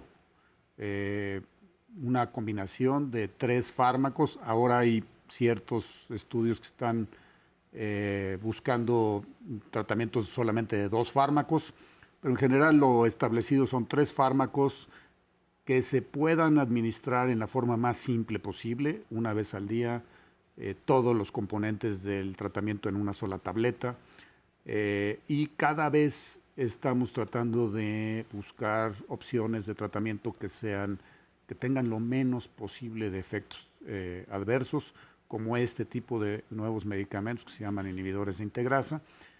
Entonces, hacia ahí estamos yendo. Hay ahora también nuevos esquemas de medicamentos, todavía son experimentales, todavía no están aprobados por agencias internacionales o tampoco en México, de tratamientos que se ponen mensualmente, por ejemplo, inyectados de larga duración. Eso se puede aplicar a ciertas poblaciones, ¿no? Entonces, hay mejorías, todavía no hay tratamientos curativos, el tratamiento tiene que seguir siendo permanente, pero como sabemos, cada vez más simple, afortunadamente. Y es bien importante que si estás en tratamiento y tienes algún efecto colateral, se lo comentes a tu doctor, porque ya nos explicó el doctor que existen variabilidad de manejos que pueden ajustarse o eliminar los efectos colaterales con algún otro medicamento, pero por eso hay que individualizar, eso también es bien importante. No te tomes lo mismo ni la misma dosis que le están dando a tu amigo, a quien conozcas, a tu prima, a quien sea, sino que tienes que estar tú vigilado por tu propio médico. Vamos a hacer un corte, regresamos, seguimos hablando de VIH y vamos a ver qué es el PrEP. ¿De qué se trata esto? Ahorita regresamos con ustedes. El PrEP toma sus siglas de la profilaxis preexposición. Es un medicamento, es una tableta que está conformado por 2 antirretrovirales. Esto es emtricitabina y tenofovir. Actualmente este medicamento ya tiene muchos años que salieron sus primeros resultados como un método adecuado de prevención. Primero salió específicamente en hombres que prefieren tener sexo con hombres. Uno de los países que enroló pacientes para este estudio fue Brasil. Este estudio se llamó INPREP, fue publicado ya casi 10 años atrás. Entonces, desde entonces ya sabemos que este método de prevención es bueno. De ahí en adelante ha habido mucha ciencia que lo ha respaldado y han salido muy buenos resultados al respecto. ¿Desde cuándo lo tenemos en México? Bueno, la pastilla existe en México, ¿no? El problema es que este programa como método de prevención no está en forma gratuita para todas las personas que lo requieren. Lo que sí existe es que la Clínica Condesa, ha hecho un magnífico trabajo en participar en esta red de investigación que se llama INPREP, donde también participa Perú y Brasil. Y aquí han hecho una prueba de concepto. ¿Esto qué quiere decir? Que ya sabemos que la ciencia funciona, pero han probado que la implementación aquí funciona. Entonces, no tenemos acceso de manera gratuita. Creo que para eliminar la epidemia de VIH se requieren de muchos esfuerzos, ¿no? No solo dar tratamiento antirretroviral. El tratamiento antirretroviral es prevención porque también se la puedes dar a las personas que no viven con VIH para que no adquieran VIH, ¿no? Entonces se debe de atacar en muchos frentes. Entonces yo sí creo que se tiene que empujar para que haya PrEP aquí, no solo en México, sino en todos los países de Latinoamérica. Doctores, en base a lo que acabamos de ver en la cápsula, pues es un método de prevención de transmisión muy importante. ¿Qué pasa en nuestro país? Sí, básicamente, como lo dijo la doctora Brenda Crabtree, una persona que está teniendo prácticas de riesgo, es decir, potencial exposición al virus, si toma este medicamento, se protege en más de un 90%, casi 100% de adquirir la infección por VIH. Esa es la estrategia. El tema es tomar la pastilla todos los días. Hoy en día hay otros protocolos que buscan profilaxis con inyección, pero en este momento la que se usa es la de la Pero no pastilla. la tenemos en nuestro país. No la tenemos, ese es el reto, Pepe. Fíjate que nosotros hemos querido impulsar con el protocolo que mencionó Brenda, el que haya un programa nacional de acceso a PrEP gratuito. Y yo estoy de veras esperando ansiosamente que la Secretaría de Salud Federal anuncie acceso a PrEP en todo el país, porque hay poblaciones con mucho riesgo, las mujeres trabajadoras sexuales, en especial las mujeres trans que hacen trabajo sexual, o los hombres que hacen trabajo sexual, los hombres que tienen sexo con otros hombres y que tienen poco o bajo uso de condón, requieren PrEP porque si no, tarde o temprano va a adquirir VIH. ¿La gente lo puede adquirir de manera en una farmacia? ¿Existe en Es el muy país? caro, Pepe. Es ¿Cuánto muy caro. cuesta el tratamiento? Mira, lo menos que lo van a encontrar es en 2,000 pesos, pero ahí a veces se venden 10,000 pesos, en 15,000 pesos. Y ese es el tratamiento para un mes, nada más al mes. Entonces, estar comprando eso al mes es muy caro. Es muy caro. Ok, ojalá y se logre esta iniciativa, porque pues sí se disminuiría la transmisión de manera importante y se está viendo hacia futuro que no existe esta enfermedad. Ese es un buen modo de utilizarlo. Otra cosa, efectos colaterales de personas que usan PrEP, porque en otros países muchísimas personas lo usan de manera preventiva. Y otra pregunta, ¿se debe de usar el condón aún tomando PrEP? Yo creo que es un punto bien importante. Fíjate que el tema de la prevención de VIH se debe entender como un paquete. O sea, ciertamente el uso del condón es una estrategia que hay que seguir fomentando porque no solo previenes transmisión de VIH, sino de otras infecciones de transmisión sexual y de embarazos no deseados. Entonces, el uso del condón hay que seguirlo promoviendo, pero sabemos que no todo mundo se apega 100% al condón. Entonces, estrategias como la profilaxis preexposición, y además menciono que hoy en día está en investigación una vacuna profiláctica, una vacuna preventiva para el VIH, la cual ese es un protocolo en el que vamos a participar conjuntamente el Instituto Nacional de Nutrición y las Clínicas Condesa. Incluso las personas que, suponiendo que la vacuna tenga una eficacia, no va a ser una eficacia al 100%.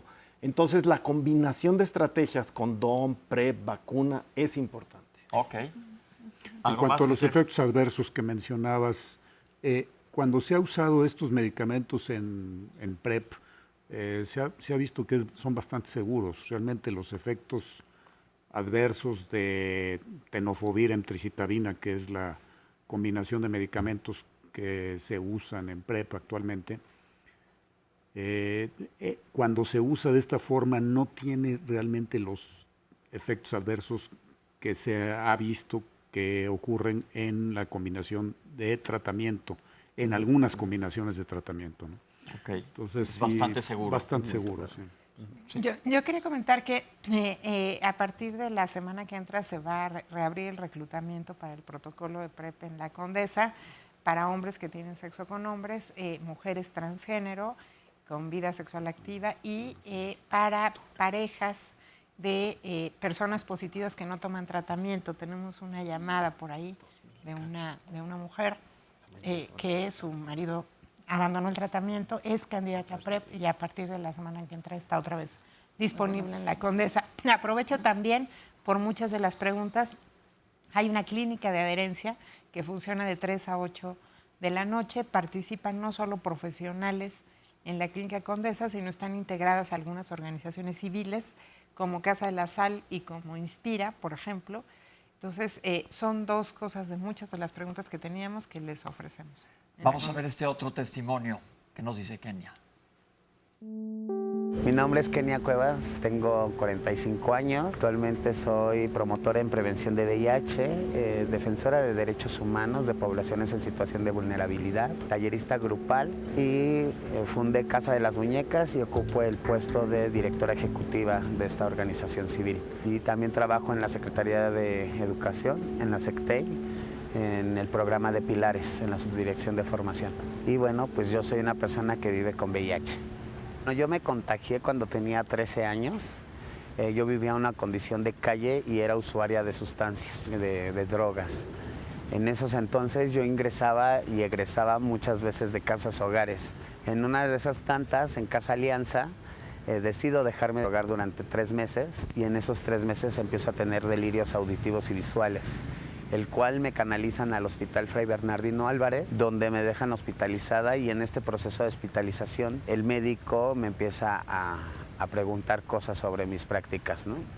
Identifica que hay prácticas de riesgo y sobre ese tenor me invita a hacerme la prueba. Yo tuve mucha negación al principio, aparte la edad, la condición en la que yo me encontraba, pues era muy fácil de tener la negación. Entonces yo no tomo ni me empiezo a tratar durante muchos años. Me empiezo a tratar hasta que cumplo la mayoría de edad, hasta los 19 años casi, que es cuando yo decido empezarme a tratar. Y los primeros síntomas que tuve fueron como muchas calenturas, pérdida de peso. También tuve infecciones oportunistas como el herpes en la mitad de todo el cuerpo y pues una decaída rotunda, ¿no? Ya no me podía parar, ya no caminaba, no tenía hambre, como todos estos síntomas generalizados. También hubo como resistencia al medicamento, ¿no? Pues también no tenía como una cultura o no estaba acostumbrada y aparte también no había como anexado esto en mi mente, ¿no? De que tenía que tomar pastillas todos los días, ¿no? El primer medicamento que me mandan eran 18 pastillas, el cual me tumbaban y los efectos secundarios hicieron que abandonara el tratamiento. En la actualidad, el vivir con VIH pues ya no es sinónimo de muerte, ¿no? Como al principio por todos los estigmas. Sin embargo, también el ayudar a otras personas que viven con esta condición hacen que mi autoestima pues se eleve, ¿no? Y tengamos más autocuidado desde la salud. Y de esta forma, pues yo me siento muy bien, muy tranquila. Creo que estoy en una etapa donde el VIH no existe en mi vida. O sea, sé que lo tengo, sé que está ahí, sé que tomo medicamento, pero no tiene influencia en mi vida. Mi sueño es ver un mundo sin violencia, sin discriminación, donde todas las personas entremos y podamos participar en todo, donde nos veamos como seres humanos y no nos veamos con estigmas ni etiquetas. Muchas gracias, Kenia. Oscar, tenés por ahí una llamada interesante. Sí, esta es una llamada de Irene que nos dice: conozco un nutracéutico aprobado por la FDA que le está cambiando la vida a personas con el VIH. Ayuda a la prevención, está avalado por el Premio Nobel de Medicina, quien descubrió el virus del VIH y el papiloma humano. Si requieres más información, y ya entonces da sus datos y todo. Esto, de verdad, pues aquí como programa Diálogos en Confianza, la labor que tenemos es de difundir la información avalada siempre desde el método científico, y en los casos o todos los temas que tengan que ver con lo médico, estamos en total desacuerdo en la experimentación y en la recomendación de un medicamento que tiene que estar hecho a la medida de cada uno de los pacientes. Cualquier persona que quiera aprovecharse de la necesidad de curarse de las demás a través de lo económico, eso sí es lo que no permitimos. Hace rato decían, interrumpan los antirretrovirales y este método. Esa es otra forma de sacar también dinero y tiene que ser avalado por un método científico, por los laboratorios, tiene que haber publicaciones, en fin, lo que ustedes como expertos saben acerca del tema. ¿Qué hay con estas personas que dicen que lo curan y está escondido todo? Sí, desgraciadamente siempre va a existir alguien que trate de sacar ventaja de desinformación y de desesperanza de la gente, ¿no? Y o desesperación de las personas. Y este tipo de cosas hay que buscar cuál es la evidencia científica, y eso es lo que está recomendado. El hecho de que diga nutracéutico, pues a mí no me dice nada realmente. Nada. No sé a qué se refiere, y tampoco el hecho de que diga está avalado por la FDA. Tiene que haber evidencia.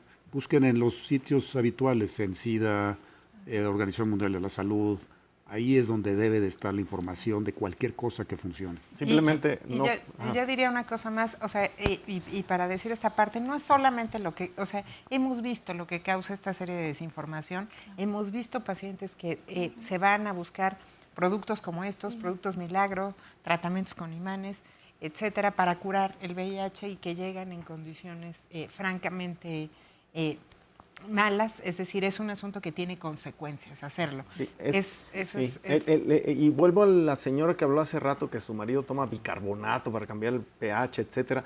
Son casos que luego nos llegan muy graves a las clínicas a veces es un tema de miedo, de autoestigma, o están en un tema de depresión, etcétera. Entonces, la atención de la salud mental es fundamental. Acérquense a la Clínica Condesa. Hay un equipo de psiquiatras y psicólogos, psicólogas que están ofreciendo la atención en salud mental. Desde la aparición del VIH en México, siempre se ha visto los negacionistas que dicen que no existe el VIH, de los tratamientos milagros, y yo creo que es muy importante ponerse en manos de la gente especializada. Por de eso, ninguna manera. Por eso buscamos aquí en Diálogos lo que dice claro. Oscar, siempre la información que sea veraz. Si tienes VIH, sospechas, chécate y ve con especialistas que sepan. No vayas a caer en manos de charlatanes, no llames a teléfonos donde te ofrezcan milagros a escondidas y te cobren un dineral. Por favor, respétate a ti, ten cuidado con tu salud. Yo creo que vamos a empezar a dar respuesta a las preguntas porque tenemos muchísimas. Doctores, nos dijo... estoy indetectable, pero dejé el tratamiento un tiempo. ¿Qué me puede pasar y a dónde voy? La Clínica Condesa es una buena opción. ¿Qué les puede pasar a los que dejan el tratamiento? Sí, las Clínicas Condesa, sus servicios son totalmente gratuitos. Nos encuentran en internet, la de Iztapalapa y la de la Colonia Condesa. Y como dijo la doctora Andrea, hay programas para poblaciones que están en situación de vulnerabilidad, como personas que regresan, son repatriadas o migrantes. Hay que quitar el estigma, no solo el VIH, hay que quitar el estigma a la comunidad gay, a la comunidad trans, a la comunidad de migrantes, a las mismas mujeres. O sea, hay que quitar estigmas y discriminación. A la prueba misma. Exacto. Ok, parece que tenemos otro testimonio. Vamos a ver qué nos dice Oscar. Tengo 50 años y soy VIH positivo. En el 2007 empecé con infecciones en la garganta y fue un transitar, ¿no? De un médico a otro, y hubo alguno que hasta me iba a hacer cirugía de las amígdalas, ¿no? Pero pues la infección ya la tenía en el pulmón.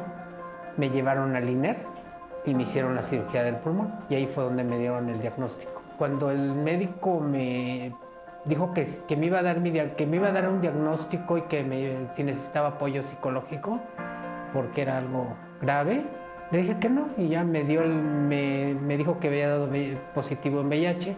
En ese momento ya dejaron pasar después a un familiar y le comenté pues que había dado positivo en VIH. Cuando me dan la noticia, me preocupa por la familia. No por el hecho de dar positivo en VIH, sino porque pues era un gasto más en mi salud. Durante un año no estuve sin trabajar, solo en consultas, que eran cada mes, y fue así. A mitad del 2008 me dio toxoplasmosis. Entonces, pues también ya fue otra infección más para mí. Pero ya a finales del 2008, ya pues yo ya estaba estable y mis CD4 ya estaban aumentando. Al principio sí me sentí asustado, ¿no? Y preocupado más que nada. Pero pues conforme fue pasando el tiempo, viendo a la psicóloga, nos ayudó mucho. Inclusive aquí en Casa de la Sal, la terapia grupal fue con lo que inicié aquí. Ya después llevé mi terapia individual y ahora estoy en el grupo de terapia ocupacional. En los 11 años que llevo ha mejorado mucho mi calidad de vida. No he tenido efectos secundarios. Sí, no, antes era un cóctel muy fuerte, ¿no? Eran 30 pastillas o más cada 24 horas. Ahora es un cóctel de 3 o 4 medicamentos. Y ahora, en la actualidad, pues les digo, yo estoy tomando solo una, que trae los 3... un cóctel de 3 medicamentos y tiene mucho menos efectos secundarios. Con el citomegalovirus perdí la visión de mi ojo derecho y con el 30% que me queda del ojo izquierdo, mi sueño es terminar tejiendo sin ver. Muchas gracias por tu testimonio y seguimos con las preguntas. Si voy a donar sangre, ¿me hacen los exámenes? Sí se los hacen, pero no debe de ser una forma de hacerse el diagnóstico. Si alguien quiere hacerse una prueba, que vaya a las instancias de diagnóstico. Perfecto. Si tengo VIH, ¿me voy a tardar más en recuperarme de otro tipo de enfermedades? No, una persona que vive con VIH y que está controlada la infección, por supuesto puede tener las enfermedades que tenemos todos, etcétera, y van a tener una evolución igual. Hay algunas religiones que no permiten el uso del condón. ¿Qué hago? Cambiar de religión. Yo diría. Ok. ¿Existe un marco legal sobre si te transmiten el HIV? Pues mucha gente tristemente ni siquiera sabe que es portador. La mayoría de las infecciones, la persona positiva no sabe que tiene VIH, que es además el inicio, que es cuando la carga viral es más alta. Entonces, efectivamente hay esto, pero pues tiene que haber un tema de intención y creo que es muy importante y ha sido muy importante que México no judicialice el tema de VIH. Si tengo diabetes mellitus y tengo HIV, ¿cómo voy a reaccionar? Es una pregunta muy interesante. Sí puede haber una sinergia negativa de estas dos enfermedades en diversas cosas. Se debe de manejar integralmente por un médico especialista. Y la clave es, recuerda siempre que hablamos de diabetes, siempre el control de tu azúcar, siempre. ¿Es diferente el panorama cuando el infectado es un recién nacido, así es un niño de 2 años? Sí, en general los niños de 2 años son diagnósticos que se hacen que venían con el virus desde el momento del parto. Entonces, lo ideal es diagnosticar antes de que nazca el bebé para que le vaya muy bien. Perfecto. ¿Se puede transmitir por rastrillos compartidos? Es muy raro, pero ciertamente todas las cosas que se usen, rastrillos, navajas, cepillos de dientes, etcétera, tienen que ser personales, no solo por el VIH, por otras cosas. Pero es contacto sangre, no es piel. Eso es muy importante. Ok. Seguridad de medicamentos genéricos. Pues en general los medicamentos genéricos en México llevan un proceso de aprobación por COFEPRIS que tiene estándares altos de seguridad. En general podemos decir que sí son seguros. Ok. Me ha causado confusión entre realidad y sueño el medicamento y a veces me dan ganas de llorar y hablamos que esto lo tienes que comentar con tu médico. Con su médico, sí. Eso es bien importante. La persona que dijo que está cambiando, que dejó el tratamiento para tomar bicarbonato para matar el virus, no sirve, punto. No sirve eso. Ya tuvimos una plática aquí sobre el pH, lo pueden buscar en YouTube. El pH es una cosa complicadísima de regular y normalmente si estás fuera de tu pH, no me lo estás platicando, estarás casi siempre en una terapia intensiva en donde se involucra el pulmón, el riñón, bicarbonato, CO2, muchas cosas. No por comer una cosa te va a cambiar el pH. Mucho cuidado con esto.